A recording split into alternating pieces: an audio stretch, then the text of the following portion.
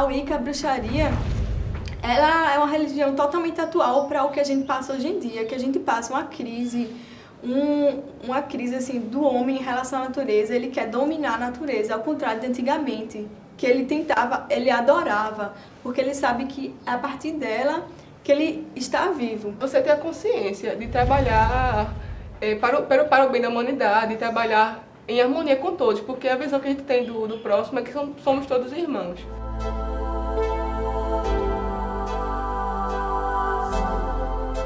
A palavra Wicca começou a ser usada a partir do renascimento da bruxaria.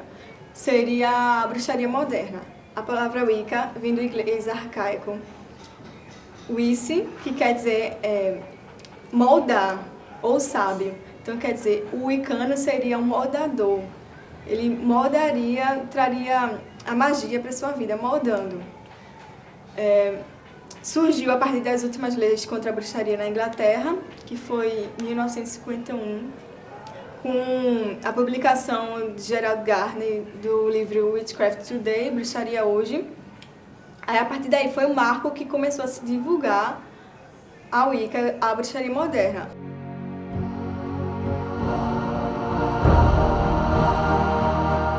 Quando a gente diz que é bruxa, o povo faz um pouquinho assim, né? A propaganda anti-bruxaria da Igreja Católica foi gigante. Desde o início da Inquisição, século XIV, até os dias de hoje. Quanto mais eles colocassem a bruxa como repugnante, como feia, era melhor para propaganda anti-bruxaria. Por exemplo, a questão da bruxa velha, as anciãs das aldeias realmente eram as mais sábias. Então, criou também aquele negócio para deixar mais feia, né? A questão para ser repugnada. A questão da verruga, eles diziam que quando a bruxa fazia o pacto com o demônio, ele colocava a marca na bruxa. Toda mulher que tivesse verruga, o homem também, que também tinha bruxas, como a ainda, seria uma bruxa. Essa questão de diabo que foi incorporado na visão de que as bruxas adoram o diabo, também foi uma propaganda cristã. Por quê? O diabo, como a gente conhece, aquele vermelhinho, tudinho assim, é inclusive do cristianismo. Nem no Velho Testamento tem falando sobre essa figura do diabo. Essa figura do diabo foi criada a partir para colocar que as bruxas adoravam o diabo. Por quê? Porque a gente adora o Deus cornífero. O Deus cornífero é o Deus de chifres. Representações de Deus com chifres é as mais primordiais representações de Deus. A gente vê isso tanto em pinturas rupestres, como a gente vê no Egito, a deusa Ísis e o deus Horus tem chifres. A gente vê na Mesopotâmia, os deuses maiores eram deuses com 7 chifres. A gente vê na Grécia, Pan, que é o símbolo de toda a natureza, um dos principais deuses, que Pan tem os chifres, orelhinhas, rabo e a parte de baixo de bode. Então, essa imagem que o cristianismo trouxe do diabo foi pegado da imagem do Deus das bruxas para acusá-las de adorar o diabo. Porque a imagem do diabo até então não existia como sendo assim. Ela pegou essa imagem do Deus das bruxas, que é o Deus da natureza, para poder incorporar, para dizer que as bruxas adoravam o diabo.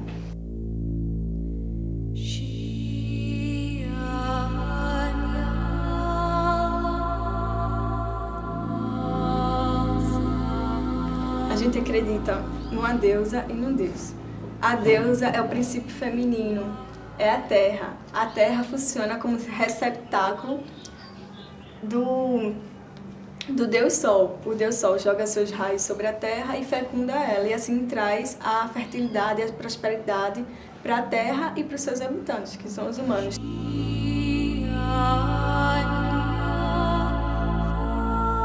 A gente acredita na reencarnação, que a vida é um ciclo, nascimento, vida e morte. Então é um ciclo, a gente acredita que quando a gente morre, vai para um lugar que geralmente os wicanos chamam de Summerlands, que é o país do verão. Vai para lá fazer trabalho espiritual para voltar. É reencarnações, ciclos de reencarnações, assim como é a natureza.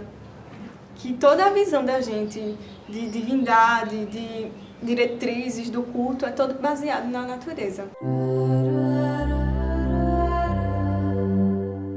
A gente trabalha com os espíritos elementais, a quinta essência dos elementos. Os elementais da terra são os gnomos, do fogo são as salamandras, do ar são os silfos, as fadas, da água as ondinas.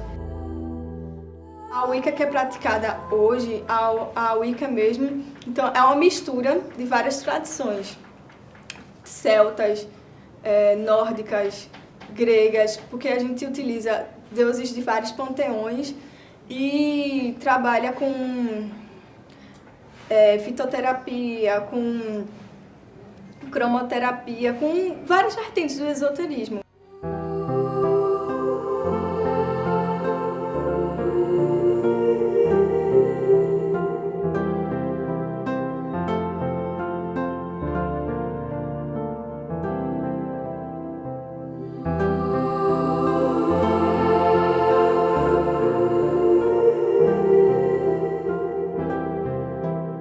Dentre os ritos que nós temos na nossa religião, temos os ritos de lua cheia, que são chamados esbas, né, que nós honramos a plenitude da mãe, porque a lua está cheia, então para nós é a força maior do feminino.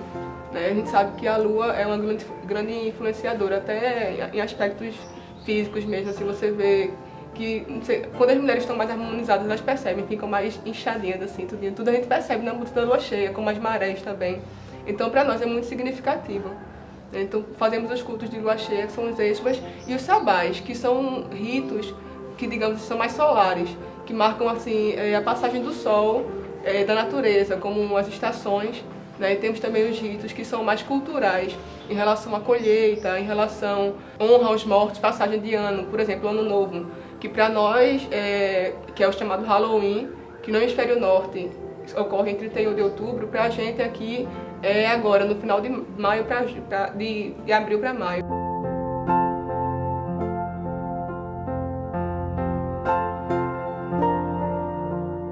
A Wicca não possui nenhum profeta, nem nenhuma literatura divina, nenhuma escritura. O único dogma da Wicca é fazeres o que quiseres, desde que não faça mal a ninguém. Tudo que você fizer vai retornar em triplo. Isso é a lei tríplice. O que você vai fazer vai retornar em triplo. Então esse é o único dogma para você fazer todos os trabalhos. E tem as diretrizes básicas, que são diretrizes de ética.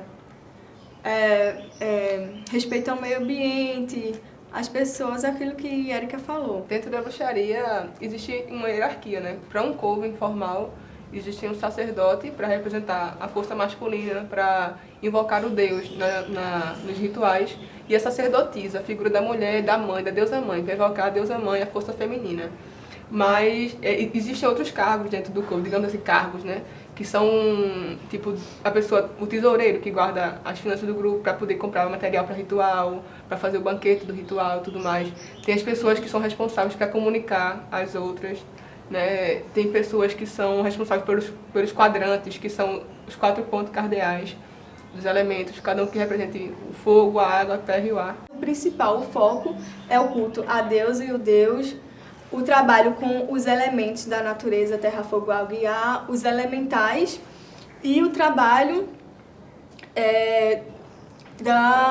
para entrar em harmonia com a natureza, que são os sabás e os esbas, que os sabás é o ciclo, a roda do ano, que é a passagem do ano das estações da natureza, e os esbas em homenagem à deusa. O altar pagão, no rito de bruxaria, ele é montado assim, seguindo o esquema dos quadrantes, né, que representam os elementos.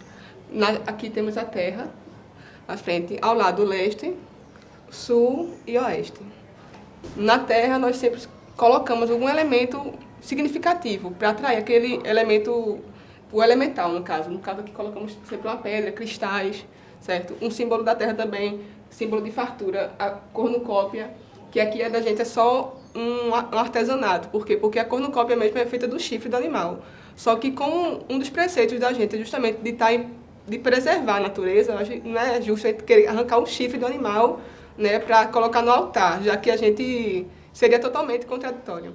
Então, nós temos assim uma representação da cornucópia, que é um chifre com que colocamos flores, sementes, moedas, já para representar a abundância.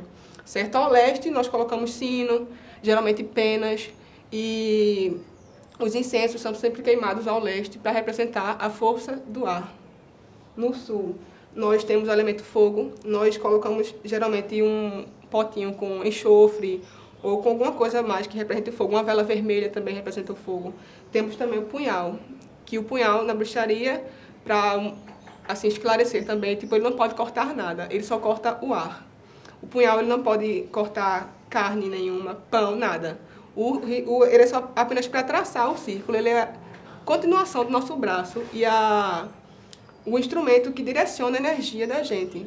Nós recebemos energia pelo chakra coronário, certo? Da coroa, e ele se estende até o punhal, para traçar círculo, para fazer gestos ritualísticos. Então, já desmistificando essa questão de que o punhal ele é para fazer sacrifícios e tal, nada, não tem nada a ver com isso. Simplesmente ele é um símbolo do fogo. Por quê? O símbolo do fogo, porque ele é um símbolo fálico, né? Então, ele representa a força masculina, a força de iniciativa e tal, força criadora. Então, fica aqui o fogo. E ao oeste, nós temos o elemento água. Nós representamos o elemento água com o cálice. No cálice, geralmente, colocamos vinho, suco de frutas, né? E o leite também. Geralmente, nos ritos de lua cheia, nós colocamos leite. Mas também vinho branco e tal. Temos também aqui um potinho que nós colocamos água com sal, que é para purificação inicial, quando começa o ritual. Em relação às velas, nós sempre colocamos uma vela para a deusa e para o deus. A vela da deusa geralmente é a negra, representando assim, o lado da criação. Por que criação negro? Porque o interior da terra, onde se faz a criação da semente, começa a germinar, é escuro. O útero da mulher, o interior do útero é escuro. Então, a representação do negro dentro da religião é justamente essa. O feminino é o negro, como o yin yang, o símbolo oriental, em que tem o negro e o branco. Então, mas mesmo assim, sempre interação, né? Uma pontinha do branco no negro e negro no branco, porque é isso que a gente representa na religião, união. Então, aqui o negro, a vela da deusa, e geralmente a vela do deus é branca, mas também pode ser verde, representando o deus das matas, como Pan. Pode ser marrom também, representando o deus da terra, o deus das coisas selvagens, como nós colocamos. As três velinhas representam as três faces da deusa, a Virgem, Mãe e Anciã, que é justamente, como a gente falou, né, tudo relacionado ao ciclo da vida. Nós nascemos, nós reproduzimos, nós morremos e depois renascemos, que no caso a gente acredita na reencarnação. Então aqui temos o branco para a Virgem, o vermelho para a Mãe e o negro para a Anciã. O caldeirão é o útero da criação, onde aqui nós fazemos nossos rituais, oferendas, porque aqui é o símbolo da grande deusa, como o útero feminino, em que nós colocamos nossos pedidos, nós criamos tudo aqui dentro do caldeirão, né? Tipo, queimando as nossas ervas, e também fazemos as libações. Libações são oferendas, né, que nós fazemos para os deuses, sempre no caldeirão. O caldeirão é o centro, é considerado como o nosso universo, assim, o universo feminino. Desde o ensino médio, o povo me chama de bruxinha. Pelo menos, eu acho que pelo menos as pessoas que eu tenho contato conseguiram tirar essa imagem. E também o pessoal tem a imagem de que veste preto, isso aí não tem nada a ver. Eu visto preto por opção minha.